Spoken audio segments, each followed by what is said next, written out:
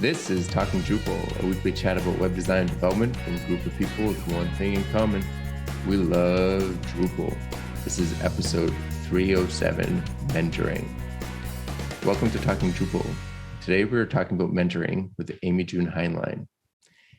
AmyJune is the community ambassador at Canopy Studios, and she works in the Drupal contribution space as a mentor, initiative lead, and runs first-time contribution workshops at the local, regional, and national level. AmyJune is on the CWG community health team, and she has a magical life away from Drupal where she enjoys music festivals and gallivanting in the woods looking for lost treasure. Welcome to the show, AmyJune.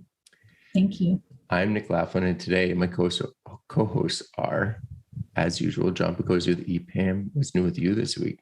Oh man, so I'm in. I think I mentioned a couple of weeks ago. I'm in like the busy August summer months here, and I got like something going on every weekend.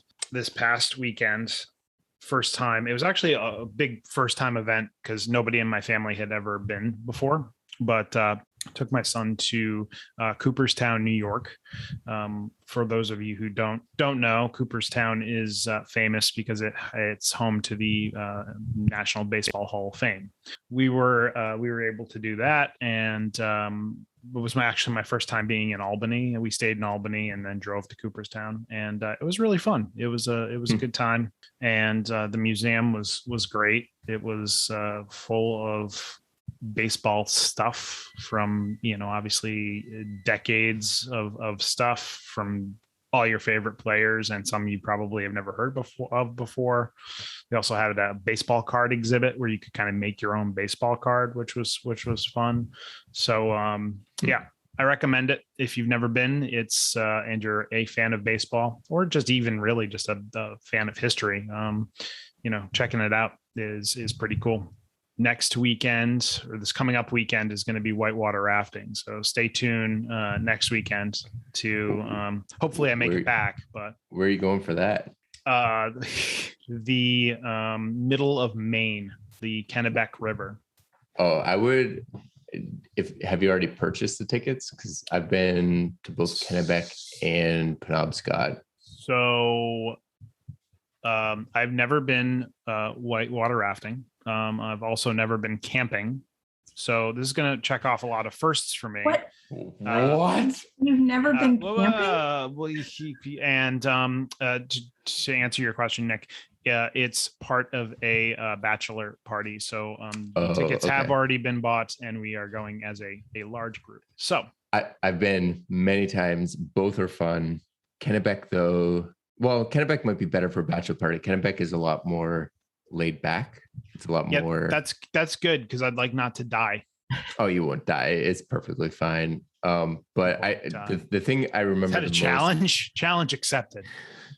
I mean, the Penobscot, if you're looking for, a little bit rougher and more whitewater rafting experience, then Penobscot is a much better experience. I think that's their more advanced, because I looked at their website and I think that's their more advanced set of runs. So I think these are like class 3 and 4 rapids, maybe. And those are like 5-ish. Yeah. The first thing you do on the Penobscot trip is go off a 13-foot waterfall. So that kind of sets the stage. A 13-foot waterfall. Yeah. At the bottom, do they pull the raft over so you can change your pants? Well, I mean, one of the times I went, the whole boat folded in half under me, and I ended up in the water right after. But no, I mean, whitewater rafting, I love it. I haven't been in probably 5 or 6 years, but actually, no, it's been longer than that. But I mean, it's always a great experience. We should plan a Talking Drupal outing to go whitewater rafting. I would anyway, love that. This went down a rabbit hole. Yeah. Anyway, also joining us again for the third time, AmyJune. Welcome back. Glad you're feeling a little bit better. What's new with you this week? Well, I will not be going whitewater rafting because I don't know how to swim. So that is like not on any sort of bucket list for me. I spent the weekend, quote unquote, in Colorado doing Drupal Camp Colorado. It's always fun to kind of hang out with my Drupal friends, and I've done a little bit of geocaching since I've been here last, which is sort of fun. I've actually hidden some geocaches and found some geocaches. How do And you decide what to hide?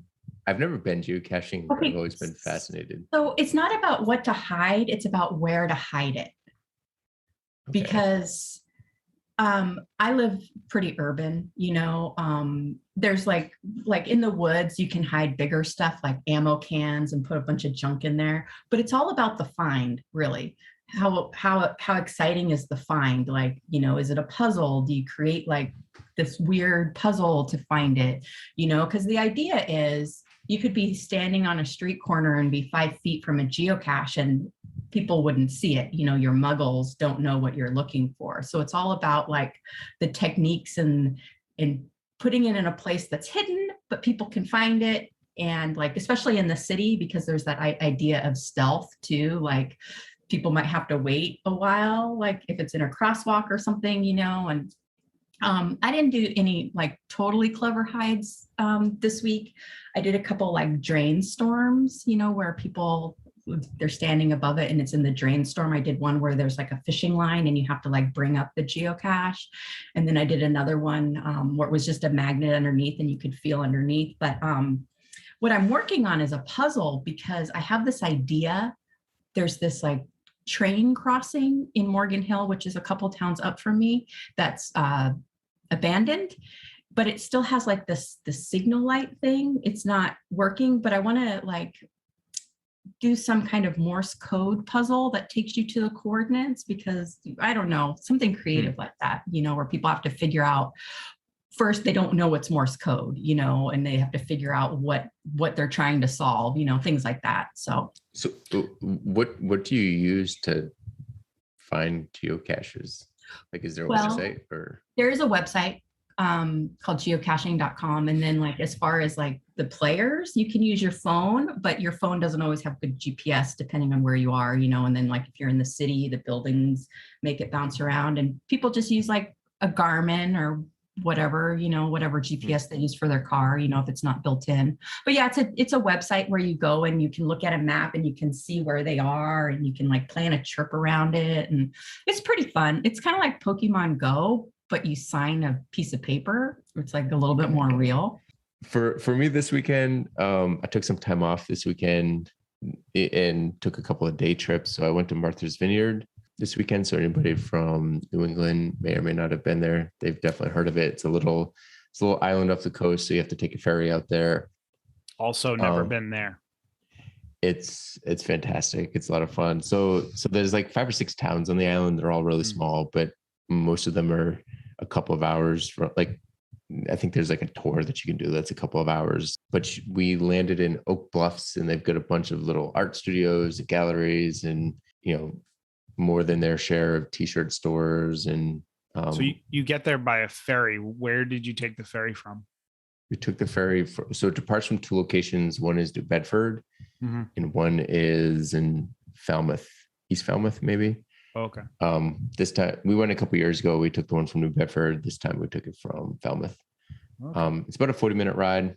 I mean, you have to make it a day trip because for us, even though we live in Mass, it's about an hour-and-a-half drive to the ferry. Right. And then you've got to take the shuttle from the parking lot to the ferry, which takes about, 20 minutes. And then the ferry takes about 40 minutes. So it's a bit of a trip, but like, I think we left the house at 7 and we got to the island at like 10:30 or so. And you stayed all day? Yeah, we stayed until I think 3:30. So we had lunch there and wandered around, went to the beach and went to all the shops. And we found this shop that they sell a bunch of different stuff from all sorts of artists from all over the world. And they had an artist from Canada that paints little tiles. So they're small, they're 1 by 1. And they're like painted letters. So we purchased like our last name for the mailbox. It was a good day. It's a nice trip. Nice and relaxing. I haven't been really away, even on a day trip, since kind of last year. So it was really nice to have some time and not be just at the house. And for that trip, we bought my sister. We gave Kitako to my sister to take care of, and she has another dog. So he came back absolutely exhausted because he spent the entire time just playing with another dog with as much energy as him. So he's been very quiet for the last couple of days, which has been nice.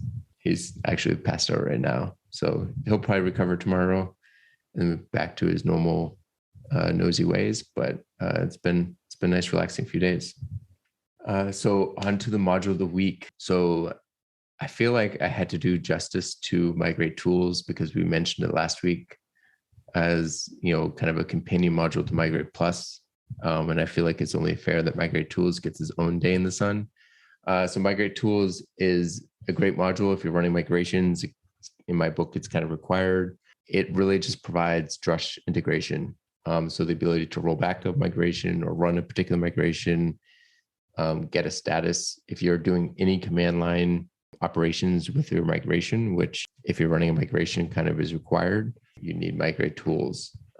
And it's a great module. You just kind of install it. Everything's there and you just use it. It's a perfect little module. It does what it needs to do and doesn't get in the way. So moving on to this week's topic is mentoring. We have a special guest with us to talk about all the awesome benefits of mentoring. AmyJune, why would you say mentoring is so important, especially in an open source community like Drupal? Well, to make it more broad, mentoring is important in any sort of professional development. It helps encourage folks to kind of plow on, because, we all have these learning curves, especially in Drupal. We've seen that like reverse thing where people fall off the cliff and there's bulldozers and stuff. It's hard. And that encouragement and that empowerment really helps because mentors, like from the mentee point of view, mentors, provide that encouragement. They're always willing to listen, if you're having a problem. There's connections that are made, ongoing connections. I don't know about you two, but the connections I made when I first got into Drupal, I still have those mentors in my life and have sort of this like ongoing process of the more scope I take on in Drupal, I accrue another mentor, and those people kind of stick with us forever. And they're trusted, if anybody has a problem, they go to their mentor first, because there's always that listening and that sense of allyship. And then mentorships give us positive feedback most of the time. They're not there to discourage, of course, so they're really there to encourage us and empower us. And that feedback is really helpful. They share their own experiences, perhaps they have clues and like documentation tips. Even watching a mentor Google the answer is really productive for a mentee. One thing that I was interested in was the feedback, right? Mentors also always try to give positive feedback, but usually it can be constructive feedback, right? Would you agree with that? Like I never, whenever I'm mentoring somebody or showing somebody, like I never want to like be not overly positive is probably not the right term, but like I don't want to give them false hope. Like I want to be honest with them, but I also, as you said, don't want to be negative. So I mean, I think being positive, having constructive feedback is probably more helpful to the mentee as well, right? Oh, definitely. And the more you mentor, the more you kind of tailor how you communicate with your mentees, because we all make mistakes as mentors. Sometimes we come across too harsh, and we learn from those. And so the more experience you have, the more ways how to encourage people, like, oh, you don't want to say, hey, that looks like garbage or you're missing the mark. You do that compassion, you tell them what's good about it. And then you maybe share resources on how they can improve it. You're like, yes, your website is great, but it doesn't have accessible things, but say, hey, your next step of development could be X, Y, and Z. And that's a really positive way to put it too, is your skills are really great in what you did, but this is maybe what you can do next to expand your skill set. So we all make mistakes though. So yeah. And I mean, I think that's a big takeaway too, right? For both parties to understand that everybody's human and like sometimes people make mistakes and we just got to work through them together. Mm-hmm. So what does mentoring mean specifically for the Drupal community? We talked kind of how important mentoring is, like just in a broad sense, but like specifically to the Drupal community, what does mentoring mean? Okay, so there's two parts to that. There's like your mentor to student type thing. And then there's the mentor to a contributor. type aspect. And that's more of what I do, is mentoring the contributor, mentoring the new contributor. They may know a lot about Drupal, but have never contributed back to the project. So there's two distinct parts of mentoring in Drupal right now. We have like the students, we have Summer of Code, we have Discover Drupal, we have programs like Drupal Easy where we have students learning, and they definitely need the mentorship. And then, but when we think of like the mentoring group in Drupal, like on Drupal.org, when you go and Google mentoring, it's a specific group of people that help people contribute back to the project. And the reason why that's important is, there's a few different reasons. You can be in Drupal for 12 years. You can be in Drupal for 8 years. You can be in Drupal for 1 year and never given back to the project, because there's this sort of like reluctance, because Drupal runs 3% of the web. That's like millions of website your code can touch, and do you want to mess that up? And sometimes people have that little bit of a hang up. And so when we go to events, or we take on people under our wings, we encourage them that giving back to Drupal is important, because one, the more people who give back consistently, it takes burden off of our maintainers, because we have these maintainers that, move the project forward on this really high level. But when we have more people giving back to the project, it takes some of those smaller tasks away so they can concentrate on the code part and the, committing it and all of those kind of things, focusing on APIs and libraries. So the more people we have contributing consistently, the more people we have giving back to the project. And that's the whole scope of the mentoring project, is making sure that we have people that want to give back and that give back consistently, not just once, I was going to say, that's interesting to me, because that's not a perspective that I've really ever thought of. Like, I always think that the reason why a lot of people don't contribute is because the project's there and they just are utilizing it. They don't think to give back. Not that they're worried that their contribution isn't useful. But now that I think about it, I remember, the first time I was creating patches. Even now, when I'm creating a patch for a project and giving it back, I'm always like, well, I have no idea if there's something wrong here. Like, there's some concern that they'll look at it and be like, oh, you didn't think about this use case that this module has. And so, your patch will work for your use case, but it breaks it for everybody else. But yeah, I've never, I guess that's probably a common fear.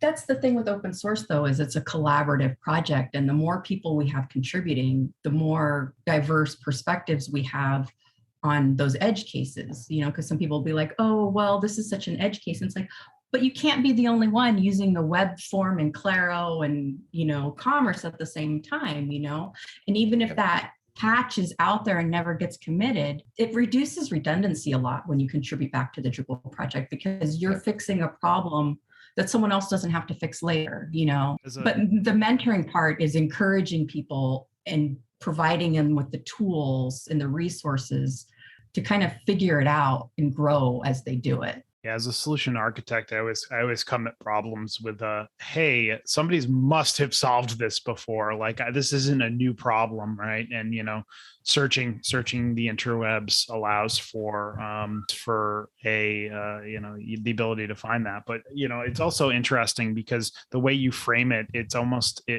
sounds like mentoring is a way to make open source sustainable, right? And bringing in new people allows for people that have been in the community for a long time to kind of not sit back, but not work maybe as hard or kind of break.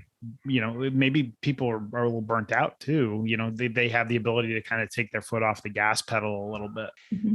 And part of that responsible leadership is having a mechanism to step down. And the more people that you have contributing more regularly, it gives that person the ability to go on a vacation. It gives that maintainer the ability to take a break for a year, So mentoring is just that first step to getting people into that contribution process consistently.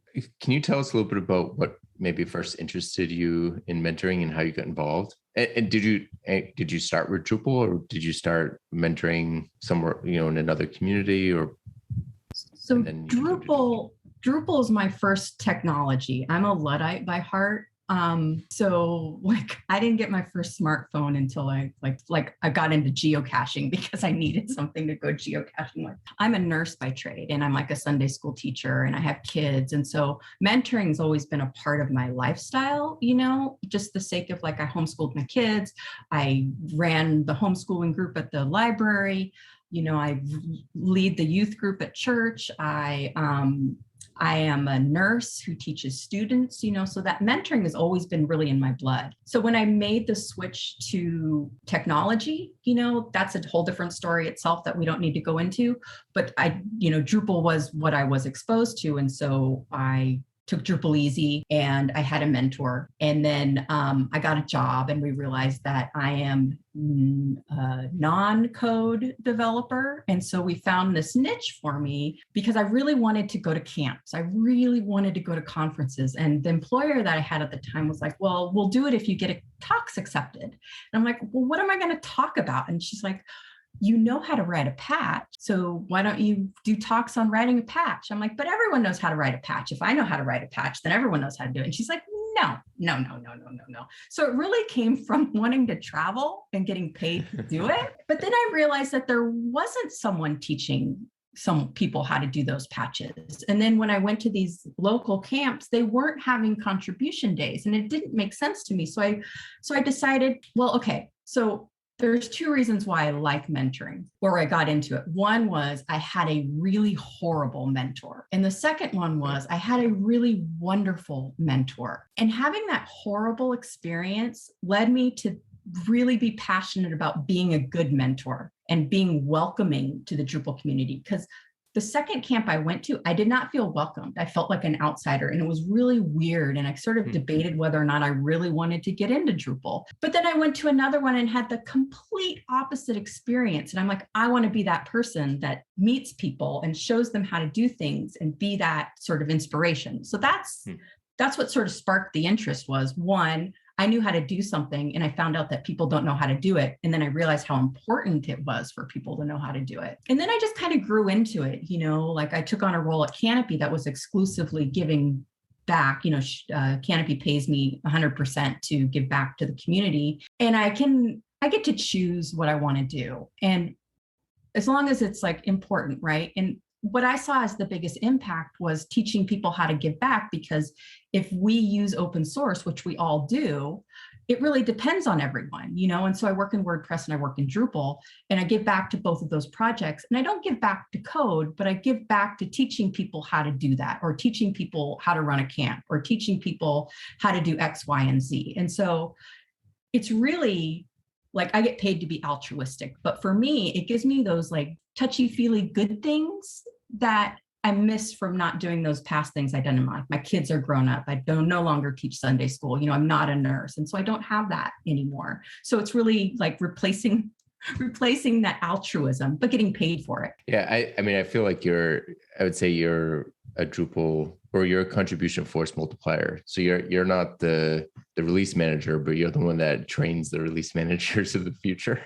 Maybe help mentor them, help them get involved. I mean, because everybody has to start somewhere. I mean, you're not going to come into Drupal and then immediately become the Drupal 10 release manager or the Drupal 11 release manager. You have to, quote unquote, come up through the ranks. I just want to be very clear that like mentoring, like when we think of mentoring in the Drupal community, we do think about code contributions, but there's other ways to mentor in the community too. It's like, helping run camps and taking on new organizers and mentoring new organizers so you can step down and do something else during camp, that kind of thing. So mentoring is well beyond code in the Drupal community.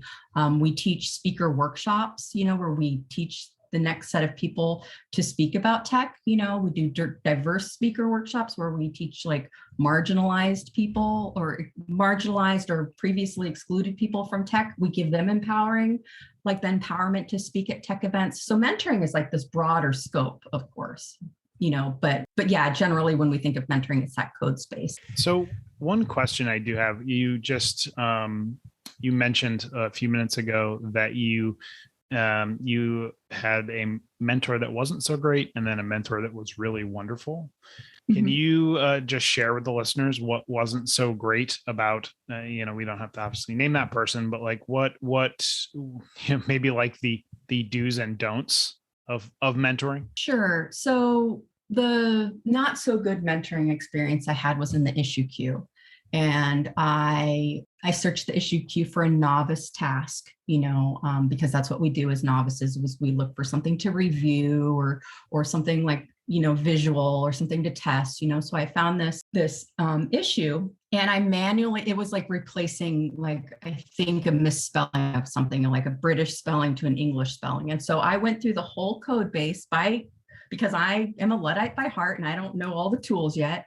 And I went through and I manually checked this code base for making sure that this patch was right and that all of these instances were replaced. But the person came into the issue queue and was very reductive, like, oh, where is your grep stuff? And, how come you didn't do this? And it was like, how come you didn't do all of these things? Mm-hmm. And it put me in tears because, one, it took me so long. And guess what? The patch was right. Yep. But I didn't even know what grep meant. And I'm like, how? It's a novice issue. Is grep really something novice? I still don't kind of understand what it is. I mean, I do, but I don't. Nobody understands but grep. It was just they know what to use it for, but they don't know. Nobody understands grep. This is black magic. But it was that reductiveness. Whereas Angie Byron, who was in the issue queue with me, was a very positive experience. I finally found like something in Drupal 8. I'm like, ooh, Drupal 8, this bright and shiny new thing. And it was like in the views, because views was new to Drupal 8. And it was this weird spelling mistake in the UI. And I'm like, I can fix that because, I know how to make a patch and stuff like that. And so I submitted this patch and she says, oh, this is great. Good job, blah, blah, blah, blah. But hey, do you want to take a look at the rest of the sentence? So I took a look at the rest of the sentence and I realized I was so excited that I found a spelling mistake, that there was grammar mistakes in the rest of the sentence. So she was very patient with me because this was just this, it was the first time I had submitted a patch to core, not reviewing, but the first time I submitted a patch. And then I thought I had to do patches for every release, so I had 8.1, 8.12 and all this kind of stuff. And she's like, oh, hey, but the way she interacted with me was so much more positive than that first time. So much more positive. She gave me resources and she gave me lists and it was just a different kind of understanding. I didn't feel like I was in the wrong for not doing something. It was like, oh, crud, you're right. I didn't look at the rest of this. And she used humor and it was just an overall better experience. And were both of those experiences through the issue queue, or was one through the issue queue versus like Slack or some other medium? The first one was in the issue queue in IRC. Remember IRC? Yeah. Oh boy. Yeah. But then I learned later that, you don't use IRC or Slack to really communicate because things get lost, especially Slack a couple of years ago, how we lost data after a week. Yep. So you couldn't do historical stuff. So now I know to keep things in the issue queue for the most part. The reason I was asking, sorry, Nick, the reason I was asking is because I think a lot of times, text-based communication can be difficult for some. And communicating empathy through text-based communication is difficult. But going back to what Nick was saying a little while ago, I think sometimes it is hard to get into the issue queue and start working on stuff because some people just are laser focused and not so worried about the feels and the empathy part of it, and just oh, well, you did this, but where's your this or that, or and I think that that does make it hard to get into the community and feel like you're doing good work, or you're a valued member. So ultimately I think that's why we're having this conversation, right? Because mentoring works to try to solve some of that. And something I've learned too over the past couple of years, when I've really been ingrained in the mentoring program and having more mentors under my wing, is looking back at that first issue, or not the first issue, but the negative experience I had. I actually now encourage folks, is if they're new to the issue queue, to say that in the issue queue, like, oh, hey, this is the first patch I've ever reviewed, or this is the second patch I've ever created. And it shouldn't be the way it is, but it sort of alerts whoever is going to come next that, hey, I'm a beginner, and maybe you should talk to me a little bit more different. You know what I mean? Like, just Yeah. I've learned that I've always told people, don't be afraid to be transparent, because people are more, if they know that you're a beginner, we're going to word things different. That's just the way it is. We're going to provide you more resources. We're not going to assume a level. We're not going to gatekeep any knowledge, And so that's something I work on too, is even now, like if I create a patch or a merge request, which I'm really not that good at yet, I just say it like, hey, I did this merge request. I tried to re-roll a patch. I'm not that good at it. Here you go, up for discussion. If you have any pointers, let me know, and that seems to help a lot, Yeah, I think, it's always good to let people set expectations and let people know where you stand. But you said something that really struck me when you were talking about that first experience, which has really got me thinking a lot. And that's, I always think of mentoring as kind of a formal, like, hey, will you be my mentor? Yes, I'll be your mentor type thing. But the truth is that first person was a mentor to you, even though there was no formal acknowledgement. Like, just the fact that they were replying to one of your first patches or tickets or issues makes them one of your mentors, good or bad. Exactly. And I find that fascinating because, like, each interaction that you have in the issue queue or in the community, you could be in that mentorship role. So when AmyJune started talking about mentorship and describing it, like in my head, I thought of mentoring and like mentee-mentor relationship as like basically bookmarks in your browser. Like, I know, like throughout my career, I have, worked with a number of really talented people, and like in my head, I have learned from them. They're a mentor for me. And I know that, like, if I ran into an issue with that topic, I would go and ask that person. Like, I would go ask Jason if I had a type issue. I would go ask Matt or Ryan if I had a commerce issue. Like, there are just certain people on that list in my head that, I've worked with and learned from over the years. So like, yeah. And to be fair, I've never formalized any sort of mentor-mentee relationship. Even when somebody comes and asks me a question, I'm like, yeah, let me help you out. Here are the resources that I have. I've helped a lot of people out with config management over the years, and like config split, that sort of thing. So yeah, I don't think it has to be formal at all.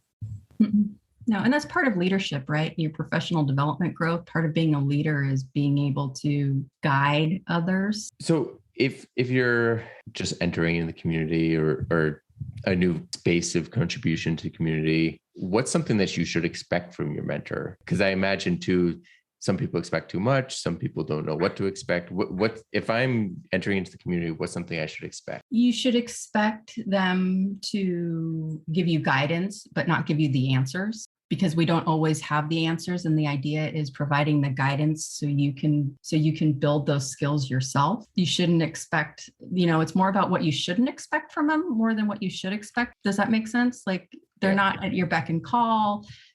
They might not have all the answers, and that's okay, because part of being a mentor is, like I said, showing people how you would get the answer, or showing people the network, expanding someone's network, that kind of thing.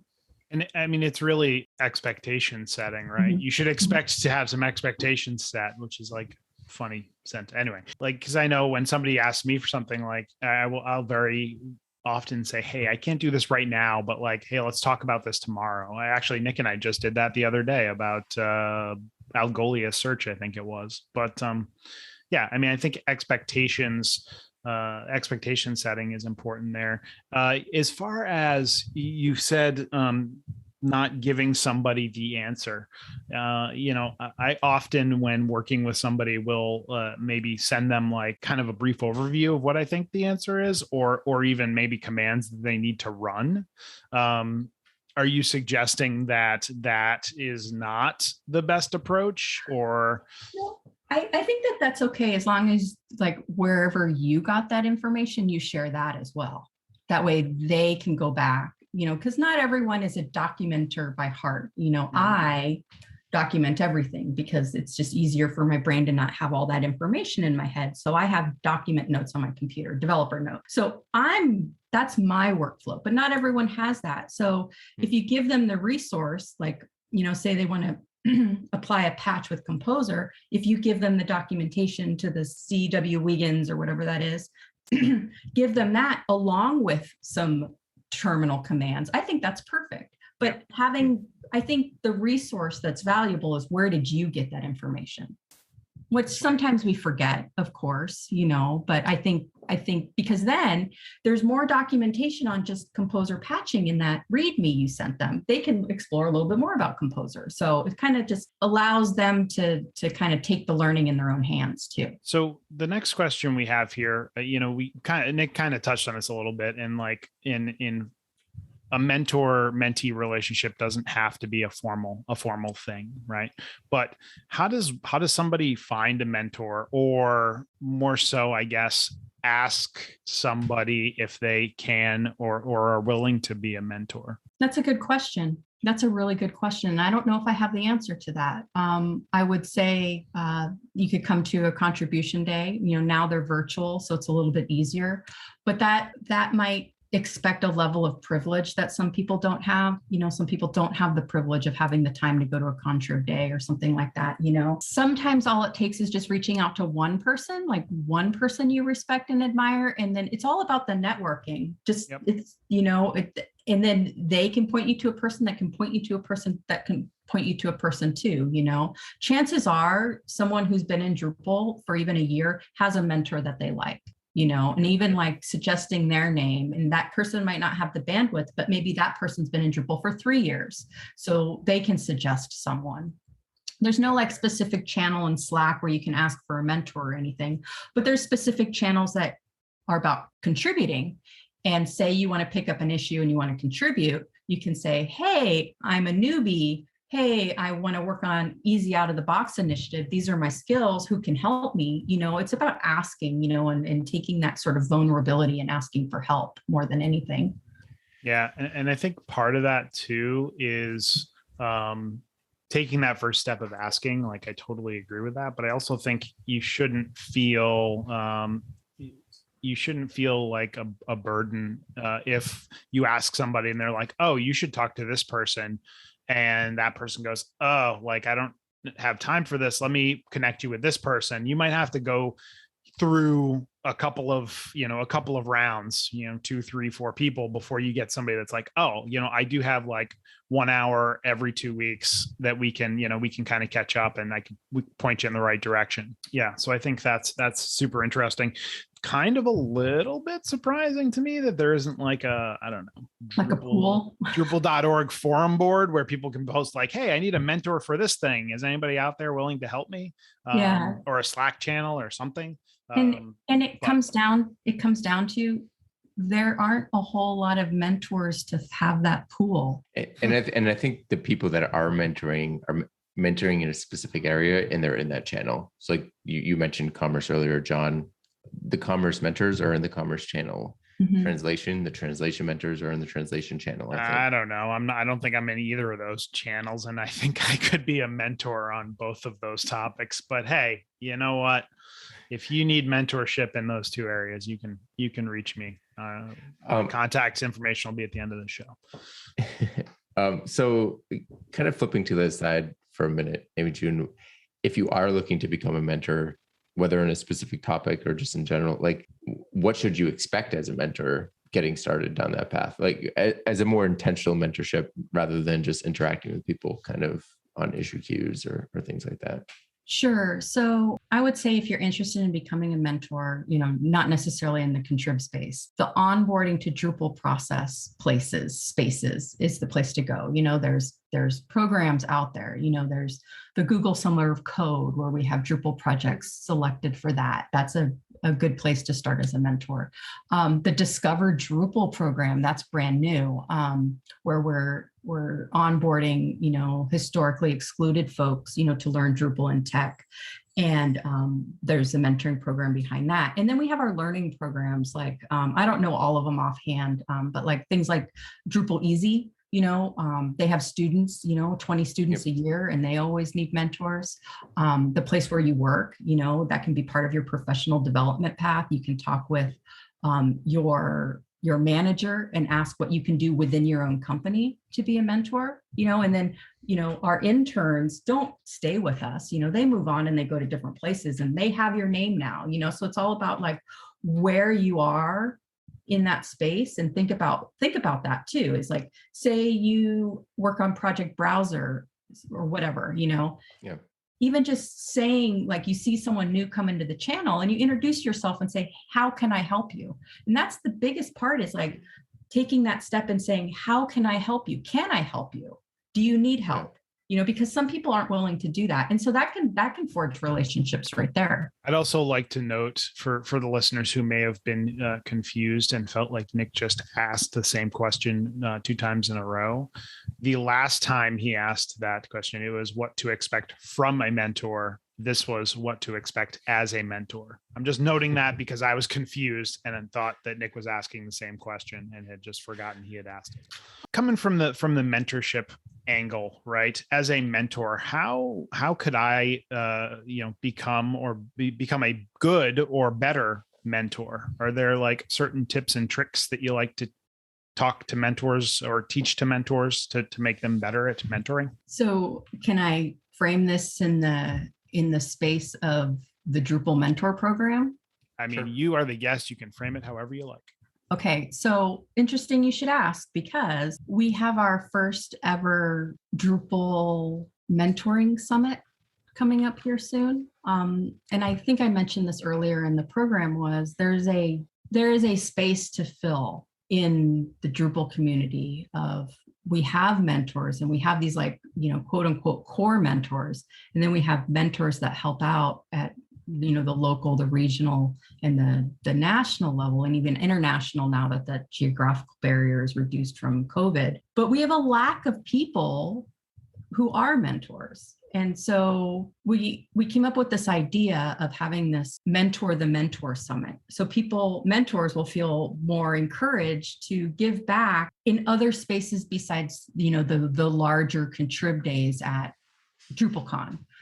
I can't go to every camp in North America. I go to like 8 a year. That's a lot, and I'm willing to set up contrib days in spaces like that, but I can't mentor everyone. And there's this space where we're kind of missing mentors. And it could be for any number of things. It could be, people don't feel like they have anything to teach. Well, we know that's not true. We know that if you've contributed back to Drupal and you know how to use the issue queue, if you know how to triage an issue, well, if you know how to do something, that's something that someone else doesn't know how to do. And that's something that you can help with, and when we mentor, we learn more, because when I first started mentoring, I didn't know code at all, and the more I'm in there, the more I learn. And so it's a very, like, the summit is the idea. I'm sorry, I'm at like a lack of words because I have so much to say, which is kind of ironic.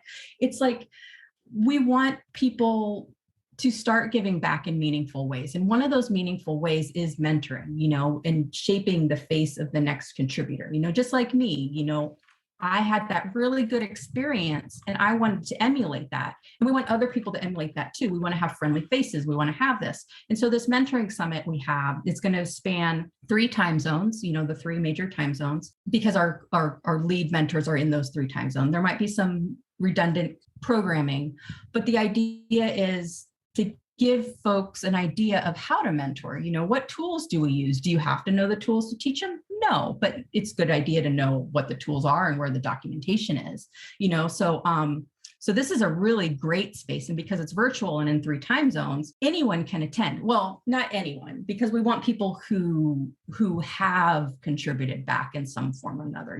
It's not the space for someone who's looking how to write a patch or a merge request. It's that person who has done that and is willing to show someone else the tools to do it themselves. So when is it, and how do you attend if you're interested? Okay, so the mentoring summit, because it's a whole day event, because it spans time zones, it's either the 17th or the 18th of September, depending on where you are. And we're looking at about 5 or 6 hours of programming in each time zone. It's virtual. It's run through Open Social. Open Social is a platform that we used for DrupalCon contributions. And we're trying to make this platform standard for contributions. So when we go back to in-person contributions, we can have a virtual aspect of it as well. And there's a page on the community events page on Drupal.org that kind of replaced DrupalCal a little bit, or Drupal groups, which is weird. But yeah, it's like Drupal.org community/events, and you can find the event there with the URL to register on the Open Social site. And we're still creating content for it. It's not till the 17th. So we're asking people, hey, do you have a tool that you use that you would like to showcase? Like Offershal is going to talk about GetPod, which is a great new tool for beginners because you don't have to have a local environment. You can have it in your browser, so is that the tool we start mentoring with when we go back instead of the quick sprint running around with our USB drives? So the programming is going to be really diverse too. And we're actually have a call for content too. So if you have an idea of what you want to teach, or you have an idea of what you want to learn, it's a great space to kind of get the ball rolling for that. That USB comment reminds me of the first camp I went to, which was the Western Mass Drupal camp. And I was doing a training, and it must have been right after Pantheon, right around when Pantheon was just getting started. And the idea was to create Pantheon accounts for everybody that we could use. And I remember creating 50 Pantheon accounts that we could hand out. And we ran out. We didn't have enough. And I just remember getting 5,000 emails from them until I shut down the redundant ones, because every time something happened, they would email each one of those accounts. I think we found better ways of providing environments to people. Back in my day, we had something called the sneaker net. But also not only the summit, but we have a regular space in Drupal Slack, #mentoring, I think that's it, where we meet once a month. And then on a Wednesday, depending on where you are in the time zone, it's 1 p.m. for me on Pacific time. But we meet once a month, and we have a meeting where we talk about what we're doing next, what events are coming up, how can people get involved, what new tool did we use. And then as events come around, like DrupalCon Europe's coming up, we ramp up and we have meetings every 2 weeks or every week, so that's if people have an inkling of wanting to get involved with mentoring, that might be a really good space to start, is in that Slack channel, and kind of introducing and meeting people, and just kind of getting the feel for what we talk about month to month. So just out of curiosity, how did the mentoring summit come about? Were all the mentors, did all the mentors get together one day and go, hey, we should have a summit? No, that was Rachel. She's like, we should have a summit. And all of us yeah, we should have a summit, because Rachel Lawson, she's the liaison for the Drupal Association. She has a lot to do. She is a busy person. And again, it's that burden, of we need more mentors. So the 6 of us that are active all the time have more folks to help out, and that's really what it is it's just, is it selfish? A little bit, right? I don't want to spend hours and hours and hours a week mentoring. I mean, I do, but I don't, you know what I mean? So why not get more people involved in it and spread the wealth of the feel goods too? I want everyone to feel good, and mentoring feels good, so. I think that's the most selfish thing. I mean, selfishly getting other people to help contribute to an open source platform. I don't know if selfish is the right term. It's interesting because I echo that sentiment. You want to help everybody, but there's only so many hours in the day, right? Well, this has been extremely informative, and it's always interesting to hear a different perspective on something like this. I mean, mentoring and contribution affects anybody in Drupal, whether they contribute back or not. I mean, Drupal wouldn't exist without it. Mm-hmm. So it's always interesting to hear different ways that people can give back. And I think the biggest takeaway for me is thinking each time you're interacting with somebody on an issue queue, you might be a mentor for that person, whether or not you want to.